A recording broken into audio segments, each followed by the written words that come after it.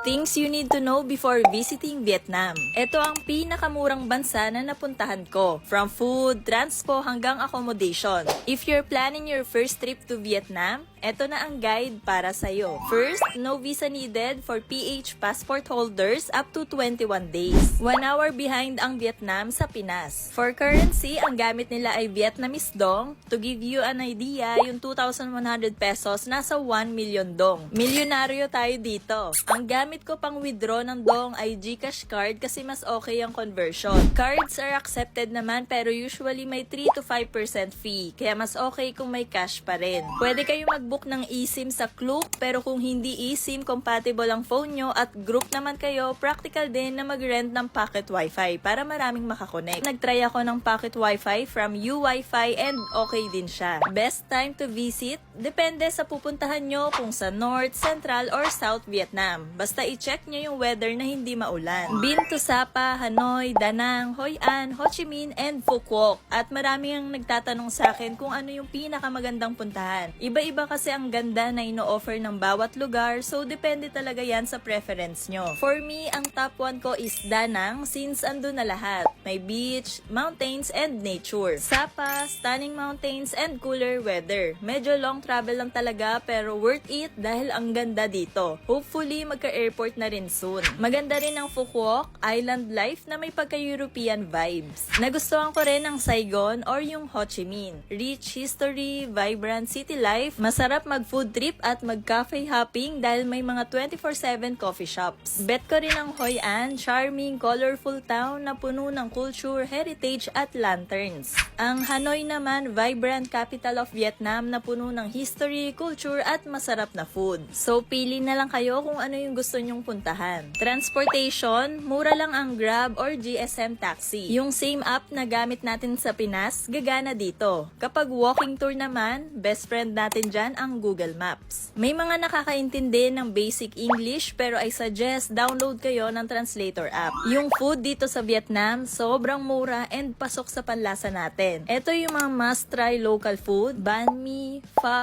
beef noodles, banh seo or yung sizzling pancake, and banh chang nung or yung Vietnamese pizza. Coffee culture, super amazing. Kapag kape ang usapan, hands down, Vietnam talaga ang the best. 3 coffees na dapat nyong matikman, coconut coffee, egg coffee, at salt coffee. Overall, Vietnam is truly amazing. Magandang infrastructure, diverse ang tourist spots, masarap ang pagkain at kape, at sobrang affordable. Definitely worth visiting. And see you sa next gala. This is Shanice, your runaway girl. Bye!